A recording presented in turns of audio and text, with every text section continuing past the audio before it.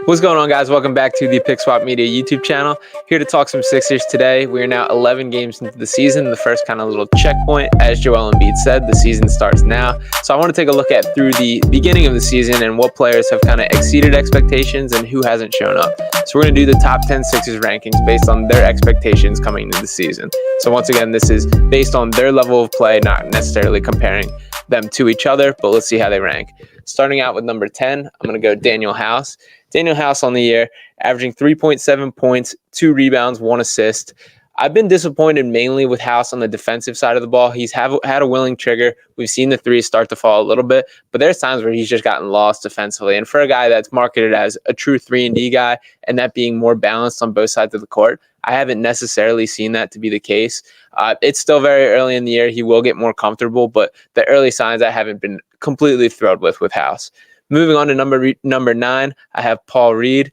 Paul Reed, it's been pretty funny watching the backup center battle to start the year. Montrezl Harrell playing significantly more minutes for most of the games. However, in the previous matchup versus the Suns, it was Reed who got the entirety of the backup minutes. The time when he is in the game, it's pretty clear the impact he makes, the defense, the deflection, the getting his hands everywhere. That's something necessary to the success of the Sixers team, and Reed's done a terrific job. So while I was hoping for more opportunity, you can't complain about what he's done with the production and the opportunity that he has received. Moving on to number 8, Matisse THYBULLE. This is a guy who I've been very low on throughout his time with the Sixers. We've struggled and begged for him to develop that three-point shot, and it hasn't really happened. But even with that being the case, he's been necessary to this team. I mean, the transition defense, the defensive woes overall have been a significant issue for the Sixers to open the year, and throwing THYBULLE back into the lineup has made an impact. Through the first 6 games, he played under 6 minutes total. Since then, he's gotten some games where he's played 20, 15, and we're just seeing kind of the defensive ace that he can be, the guy that's capable of altering a game with his wingspan, with his skill set, with his instincts, and overall, THYBULLE's been necessary to the Sixers team. Next up at number 7, we have Georges Niang, the minivan, the guy that is leading the Sixers in three-point percentage and 3 points per 36 at this point in time.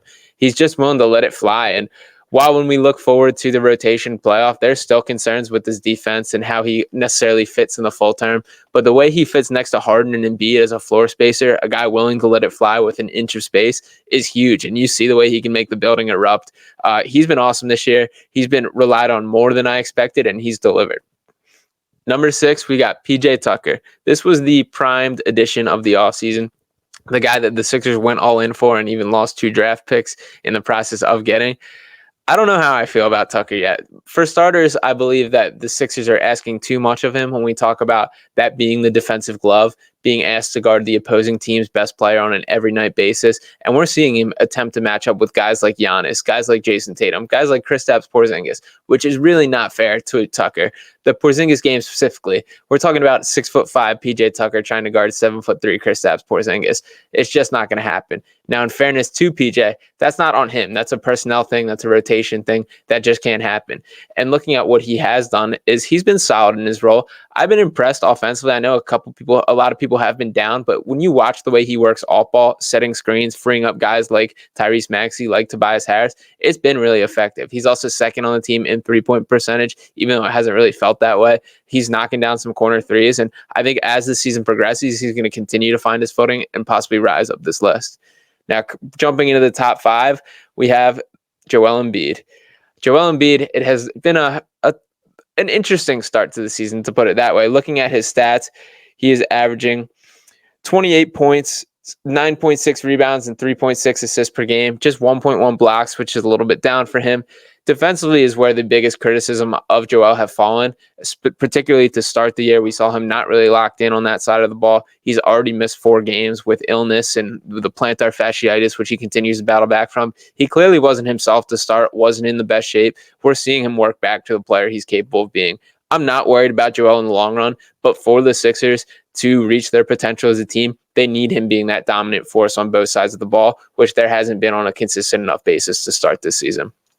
Next up, number 4, I have Tyrese Maxey, and this might be a little low for Maxey. I had sky-high expectations for him, as do, I believe, everyone. He's been very good to start this year, averaging 23.6 points per game, 4 assists, 3.5 rebounds, shooting over 40% from 3 again. we're going to see kind of a true look at what TYRESE Maxey can be as a focal point of a guard, as a guy truly trying to run the offense with Harden's month-long absence. He's been awesome. He's so necessary for this team for a skill set aspect. He's picked up the scoring slack. He's one of the top 10 in the NBA in transition production, and the Sixers need that because they don't get that from a lot of areas. So looking at Maxey, his isolation numbers haven't been good. He's below, I believe it's 0.8 points per possession in isolation this year, which is not great considering that he was pretty superb in that area last year. But it's a fairly small sample size, still pretty early.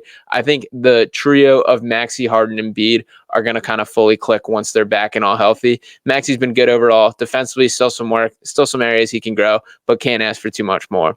Number 3, I have De'Anthony Melton. De'Anthony Melton has been straight up awesome to start this year. To me, he's been far and away the most impressive new addition. The things he does from a skill set aspect of getting his hands in. He's leading the Sixers in deflections. The gap between him and the second is greater than second and last on the team. So just think about how big that is and how active he's been. And offensively, he's a guy that's a willing shooter. Looking at his stats overall, he's averaging 9.4 points, 3.5 rebounds, 2.9 assists, and 1.9 steals per game, which is pretty crazy. Shooting just 34% from 3, but a fair amount of attempts, 4.4 per game. He's willing to let it fly. He's what we're kind of want Matisse Thybulle to be in some respect. Is he's that uber athletic freak. He's got the long wingspan. He gets in opponent's zone, and he's still brings something offensively. And also just having him as an additional ball handler is so necessary based on what this roster looks like, especially with James Harden out. So while I don't think Melton's biggest role in the future or the best spot for him moving forward is a guy who has the ball a ton, he's still capable of doing it, and he's going to be asked to for the next couple weeks. So I'm thrilled to have him on the team, and he's made a super positive impact. And number 2 on the Sixers, I have Tobias Harris. Shout out to Tobias for swallowing his pride, taking a step back, and making the necessary adjustments to his game that the Sixers needed.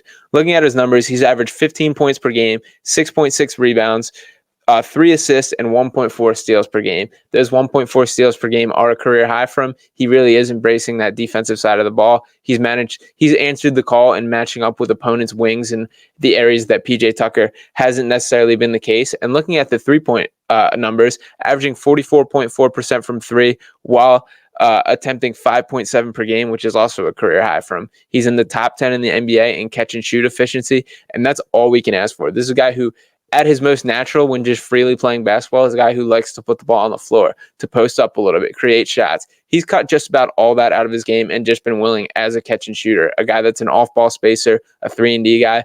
And for a professional, an 11-year veteran like Tobias to swallow his pride and make these changes is impressive. So he's been everything I've hoped for and more so far this year. And lastly, number 1, the guy that has impressed me the most so far this year on the Sixers is James Harden. And looking at James Harden, obviously he's out with the injury, coming back from that foot, but averaging 22 points, 10 assists, and 7 rebounds, as well as 1.1 steal per game. He's flashed back to a little bit of the MVP Harden that we were hoping for. He looks like every bit of the James Harden that we could have asked, and a guy that's creating for others.